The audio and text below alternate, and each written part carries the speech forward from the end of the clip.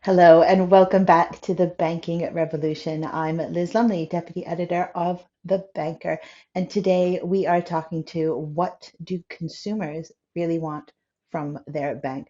So, changing customer needs and demands are ongoing, and they're heavily influenced by people's experiences in other industries, which sometimes tend to be a bit more efficient and sometimes a bit more customer friendly than our banking industry.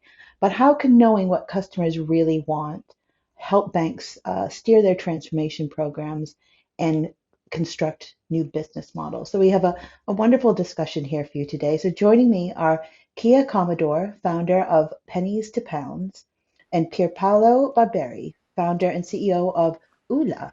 ULA, did I pronounce that correctly? Voila. Voila, No, voila. Thank you voila. so much. Yeah.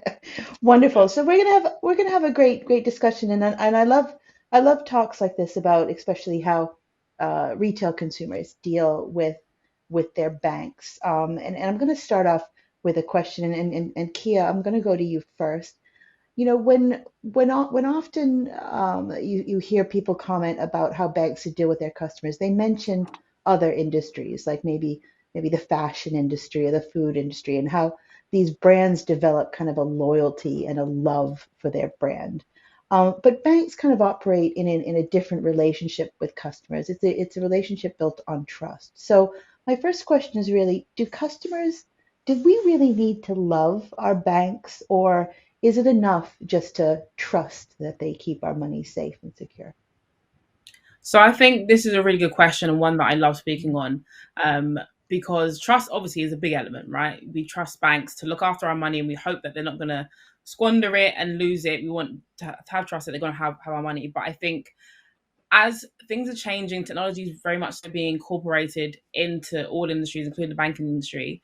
Um, there is a lot more room for consumers to want to change, to want to move Mhm. banks. So I think there does need to be consumers do need to love their banks that they're with because there are so many different offerings out there that it does help if you love where you're at. I mean, I speak to people all the time who perhaps have been at a bank for X amount of years but are looking to change because the bank that they're with, they're not in love with it, nothing's really updated, they haven't really moved with the times, whereas there's another Mhm. bank who perhaps have newer features and it just feels a lot newer, so they're going to move over there. So I do think that it does need to be a love from the consumers and the customers for the bank that they're with. Interesting. Bringing the love in. So Pier Paolo, how about you? Do you think we need to love our bank, or is it just enough that we know that they're secure and safe? Well, I've always been surprised by that very British data point that people in the UK change their partners more often than they change their Yes. banks. That's not the case everywhere. And I think that technology is creating something that the financial system has lacked for a long time, and that is competition. We operate Hmm. in a region of the world where there's a lot fewer banks, and I think that's a bad thing. I think that the UK model, the European model, and obviously the US model of more banks is actually a good thing because it pushes people to compete for the user, to create that experience that is better. So what Kia is saying resonates a lot with me. In Mexico, where we have a bank license, there's only 49 banks. In Colombia, there's only 35, and in Argentina, where we were born, there's only 60. And that makes up for stagnant systems where the banks don't really compete. And the good thing about a digital first offering is that we can create a differential experience. So less than 5 years after launch, we have one of the top five NPSs of the country, not just in the financial industry, but in any industry.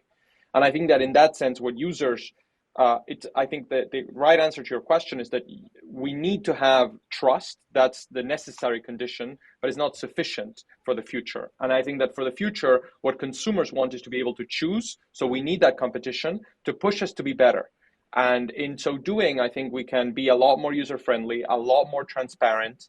And I think it's a U.S. senator that said that the banks that really don't want to show you what they charge for things are the ones that are charging way too much.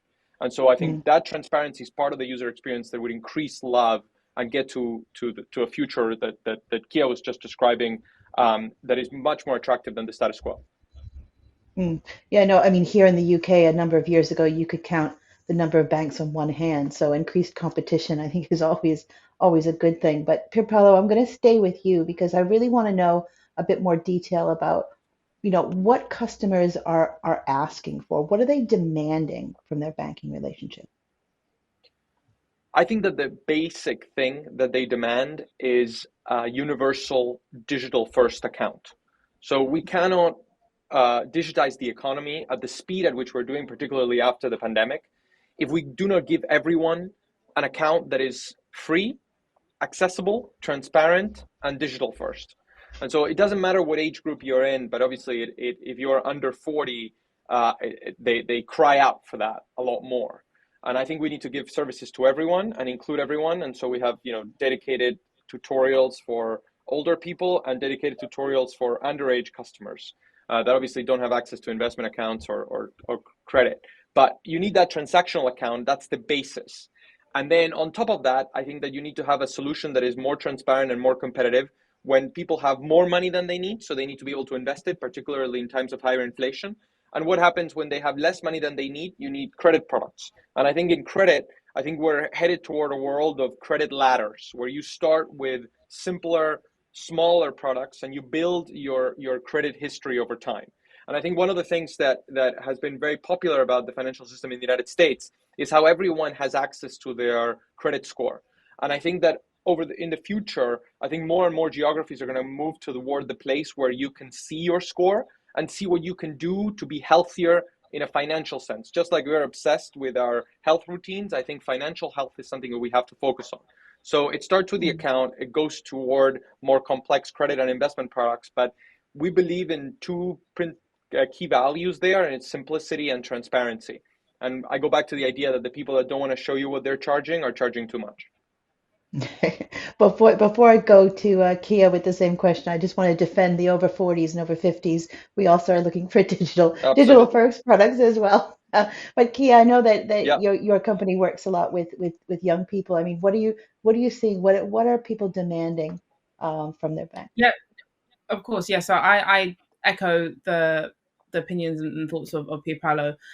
When I'm talking to the younger generation, so typically the under 30s, what they're looking for is an all-rounder when it comes to their banking, because quite often when the under 30s, often their first experience of a bank is probably the bank that their parents told them to get.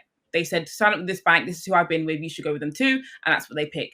Then they start to realize and they start to earn more money, they get their first job, they're looking at different things, even looking at starting a pension, and they're realizing that their bank doesn't provide maybe some of the options that they're looking to do. They might look start investing, or they're saving for their first house, or they're looking to do different things with their money, and the bank that they're with perhaps doesn't have all of the products that they want right in one go. So they are looking for, I think a lot of people are loyal to their banks. I think that is not something that, in my opinion, typically it's the older generation I'm seeing are more loyal. The younger generation are open to change, but I think they're loyal to banks who have a wider offering. So a bank, you can go there and you can get your normal savings account, you can get your current account, you can open up a pension if you want to, you can start investing. That's what the younger generation are looking for, and that's why we find that, in my opinion, again, what I've experienced is young people are more likely to jump banks. If they're like, oh, this one's not serving me, but this one's got a better offering, I'm going to move. And then in 3 years' time, actually, this one's offering something else, and I can actually earn more of my money here. That's why they're looking to jump, because they haven't found a bank, perhaps, which caters to all of their needs as they progress through the different life stages. Interesting, interesting. An end of loyalty we might be looking at in the industry going forward. So, Kia, but I'm going to stay with you because I'm really interested between kind of what customers say they want and their behavior.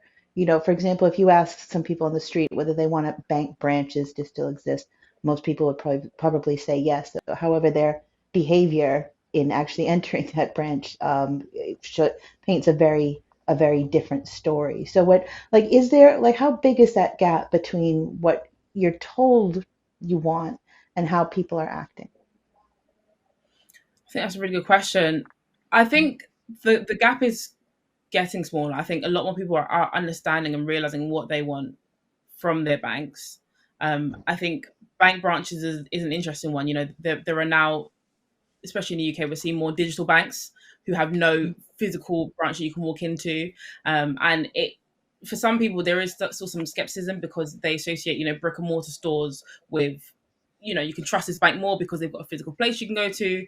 But I think when it comes to what consumers are actually looking for, I think that gap is definitely getting smaller because they're understanding, and I think people are now getting a better understanding of their finances and what they actually want their bank to offer. So I'm seeing a lot more people who are actually being more vocal to their banks and saying, Mhm. why don't you offer this? You should have this. And I'm slowly starting to see some of the more traditional banks making the move, especially in the digital sense, moving towards there. But I think, yeah, consumers definitely are being more vocal because they're understanding what they want with regards to their money. No, I agree. I think that is a big change. Whether or not people switch their banks, I think they are becoming a lot more vocal about what they want, especially seeing services from other offerings. So, Pierpaolo, I'll go to you. I mean, do you see a gap between what customers say they want and how they actually behave with financial services? Yeah, even in digital first offerings Mm-hmm. like ours, we see a gap, although I think that as you're saying, it's getting smaller. I think everybody wants live attention, and in our case, live chat is a very popular feature, but people love to have it there so as not to use it, so as not to need it. And so if they can answer their own questions or service their own account in the sense of being able to find their own answers, they prefer that than talking to a person live. And I think that there is a cultural change that is ongoing. I think that 30 years ago we would have said that the most dominant media companies would be the ones that deliver to cinemas and physical locations. And I think other than a very specific moment in time when we needed in the 19th century banks to appeal to the growing middle class in European countries. We don't really have a reason for the bank to be a physical location. We no longer have a reason for them to have these huge vaults and these, uh, they tended to be white, older males that, took care of your money. And I think that is changing just as the delivery mechanism of financial services is changing. There is no question that digital first is the future. And this is a battle between the incumbents trying to, rejig their systems and the challengers like us trying to compete for those customers. But in the end, the user wins, just as in the streaming wars. It's the user that gets to pick where they get their content delivered to.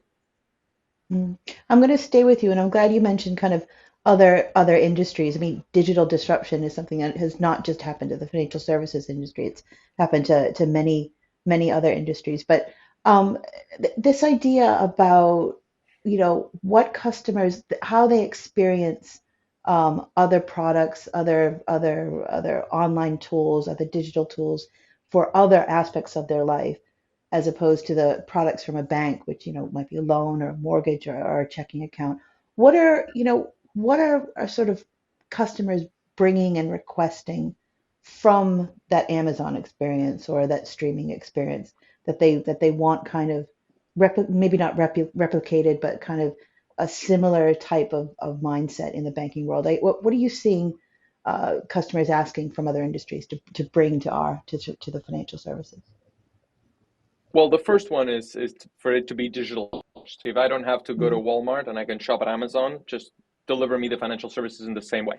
The second one is simplicity. Why can't I get a better UI UX for my loan? Why can't I understand how much the APR is clearly, as opposed to you hiding it on the 17th page of a written report that nobody's ever going to see? And the third thing I think is it goes with the second is transparency. They really want it to be clear and shareable what their experience is. And finally, I think it goes back to the point that we were discussing earlier. I think that people are a lot more willing to experiment with different options and have different providers. So I think increasingly they want interoperability. And so the open banking initiatives that we are seeing in Europe, I think, are going to get exported to the rest of the world. We are now seeing it debated in Brazil and in Mexico. And I think that's a great thing, because I always go back to this idea that data, just like it happens in social media, should not be the companies. It shouldn't be wallets. Your spending data is the users. And so if the user wants to take it to Santander or take it to Barclays to get a better loan or a better mortgage, they should be able to do so. And I think that's another thing that they're taking from other rapidly digitizing areas of the world, which is the idea that, it used to be in our parents' generation, that the bank owned all my data and they were never going to share it. Why? Because that was their differential value, and they were able to originate a loan to you in a far more knowledgeable way than anyone else would, because they've known you for 30 years. And that is going to change, and I think that's a good thing because it'll make us compete for the users. Interesting. So, Kia, I'd love to get your comment on, what you're kind of seeing customers want from other industries replicated in financial services. Yeah, so I echo again like what Pierpaolo said, but I think a major one is transparency, like you mentioned. A lot Mm, of consumers now want to be able to understand. I think there has been this thing for many years where, you can go through and you can take out a loan, but you may not fully understand what that looks like, what's the repayment terms. But I think consumers now want transparency. If you go and shop online, you understand what that looks like, how long it's going to take for it to come to you. All the different finer details are very much obvious and right there when you go and shop. And that's what consumers want when it comes to banking. And if anything, this is something that really should be there, because it's very serious when it comes to money. You're going to take out a loan, or you're going to take out some sort of credit, whatever it is. Consumers should be able to understand and not have to, as Pierpaolo mentioned, scroll through pages and pages to understand what repayments look like, what APR looks like. And I think that is a major thing that a lot of consumers are asking for now, because finances are difficult as it is, and it's not something that's commonly taught in schools. So mhm. now, if you're giving it to consumers who perhaps don't have a handle or a full understanding of finances, and you're also burying the key information that they need to understand far down, it's not going to help anyone. So I do think that is the major one, transparency for sure. So, Kia, I'm gonna stay with you. We've got a question from the audience, which is about this not being so much digital versus non-digital. I mean, digital could almost be the delivery mechanism for traditional banking products, and a lot of banking products are connected to life events. You get your first current account when you get your first job. You take out a loan to buy a car. You take out a mortgage to buy a house, and so on, and so on. So in terms of the incumbent financial services industry, the traditional financial services industry that have been around for sometimes centuries, and digital first companies, which do you think is in a better position to grow and serve that customer as they go about their life with all their moments that they would need to talk to a bank? So, Kia, do you want to comment on that question from the audience? Yeah, of course. Of course. I think that is a good question. I don't think either side are better placed. I think they both have their advantages. I think traditional banks and institutions have the advantage in the sense that they've had customers. Some customers have been there for years, so they really have the data and the knowledge of what their consumers are looking for. And then the digital first banks have the advantage in the sense that they're coming brand new. They're able to see a fresh perspective and look at the financial services industry in a different light, so they're able to cater to their consumers. But I think it is just a matter of understanding, and I don't think it is a competition between digital and non-digital. I think it is just that things are generally just moving more digital. So I think it's the traditional banks perhaps having an offering of digital, because there are still going to be some people who just aren't interested in digital. Mm, Even when they understand how it works, they don't want it, and that's them. But there should be some sort of product, some sort of offering from traditional banks as well, for those people who do want to move towards digital, who do want everything on their phone and be able to do it at click of a button. Yeah, that's what I say. interesting. Yeah, no, I think I always want to bring my 80-year-old father onto these. He's never used an ATM machine. But anyway, it's an anomaly. But Paolo, I mean, what do you think about this audience question that, who do you think is better poised for growth to support customers throughout the lifestyle, a digital first bank or a more traditional bank? Well, I'll do my best not to talk my book here, but I think that in this battle between the incumbents trying to reconvert themselves to a different future than they were used to, and the challengers, I think that there is a radical advantage for the challengers because of the structure of the technological stack in banking. And I don't want to get too technical, but you know, when you're operating with a core banking that is coming from the early 1990s, there are just so many things that you cannot do. And more importantly, the core banking is set and fixed. It doesn't get better. Whereas with the new technology that we can use and build on top of, which often takes years to implement, the technology then iterates and gets better with time without you having to change the whole infrastructure. That is why many of the big incumbent banks are changing that technology and making it better. The insights that we can get from Salesforce on our customer base is something that no amount of people together could have devised with all the data, because we're operating at any one point with 6 million different accounts and gathering intelligence and knowing what to offer Kia versus what to offer Liz, and it provides paradoxically for a more humane experience, because I can offer somebody who's a pet owner pet insurance and not bother somebody who isn't a pet owner with pet insurance, just to give you an example. That said, I do think we're headed to convergence. And so just as it happened in other industries like direct to consumer, where the people that made the cool new carry-on suitcase eventually opened a store, I think that there are some digital first banks that will find flagships or start some sort of branch to build that trust and that connection that is at the core human. And going back to the idea that I was saying earlier, in customer service, our people want live chat so that they don't have to use it. But when there is an important life event or an emergency, they want to be able to talk to somebody. And that's a crucial part of the trust relationship that we began this conversation with. Yeah, no, it always comes back to being to the human. So we have about 5 minutes left. So I want to ask both of you a question that is an ongoing theme in today's banking revolution, and that is what is being done to ensure that unbanked and the underbanked are not being left behind as both new companies and traditional banks move to a digital first strategy. So Pierpaolo, I'll start with you. How do we make sure that everyone is supported by the digital revolution? And that's a great question. I firmly believe, we operate in Latin America. As I said, around 20% of our economies are digital, as opposed to over 50% in Europe and over 65% in China. And the United States is somewhere very close to Europe. So we believe digitization to be inexorable. Every day, there are more and more businesses that will sell online. And so we need to make sure that our societies are included. That's why we started Walla. And we had the first digital onboarding in Argentina, where we have more than 18% of the population and around 30% of the young in the country have a Walla account.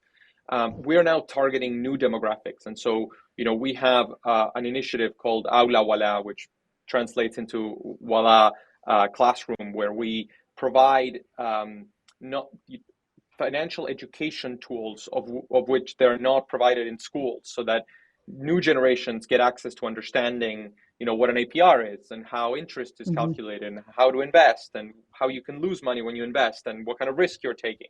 All those things I think that need to be done. And we do it in Mexico, we do it in Colombia, and we do it in Argentina. And we also are targeting with new content the over 50-year-olds, because they also deserve a free account. And in our countries, usually they get charged those accounts when they used to go to the branch, and they pay a maintenance fee and a renewal fee. All these things that, frankly, would not be there if there were more competition, but there hasn't been competition. And so I think that kind of thing is something that all the financial institutions are going to have to do more of. Education and access to be expanded, not just to the young that live their whole lives on an iPhone, but rather to everyone in society. And eventually, you need to be able to provide access to those areas of the countries that are unreachable. Ironically, when you do digital first, you have a lot more reach than when you're limited to the branches. But there are certain areas or certain demographics for whom I think eventually you will need some sort of in-person presence. Kia, I want to go to you because I'd love to hear your comment on this and how we make sure that we reach everyone in society. Yeah, of course. And I agree with Pierpaolo. I think it is down to education. It's down to financial education. I mentioned it earlier. There are people who simply just don't understand finances, and it's no fault of their own. It's not taught in schools. So, unless people actively go out and seek it, they're not going to understand it. So if you don't understand something, that perhaps puts a barrier and a fear as to why you wouldn't perhaps trust banks or you wouldn't get any kind of bank account. So I think it is down to financial education that is easy and accessible, and that's something that we do at Pennies Pounds, have an easy and accessible financial education so people can actually understand what all these terms mean and what it means if you take out a loan, credit cards, all those things. And I think also something similar, I think the best example that I've got is where some of the Apple stores, they have drop-in sessions, and it's for all age groups. And I think something like that for the older generation as well, to just be able to drop in and not for any kind of pressure, but be able to understand different things. How does this work? How can I open up this account? Just making it more simplified, and perhaps more of a community focus, so people do feel like they can just come in and learn without being judged. Doesn't matter where you are, you can understand your finances, and then again feel more confident in moving forward with their finances and taking charge in that sense. Wonderful. Yeah, no, this is not the first panel that I've moderated where people have a call for financial education in schools. So this is a movement that's ongoing. So Kia and Pierpaolo, thank you so much for joining me for this discussion about what consumers are looking for from their bank. Thank you very much. Thank you. Pleasure.